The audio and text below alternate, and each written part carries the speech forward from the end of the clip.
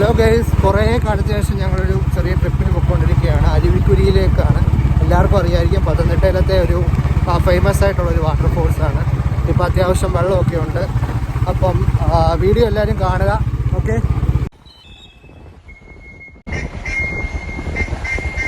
Guys board അങ്ങോട്ടായിരുന്നു എന്ന് വെച്ച് ഇവൻ ഇങ്ങോട്ട് തിരിച്ചു. ഇങ്ങോട്ടാണോ? ആ, സ്ട്രൈറ്റ് വിട്ടോ.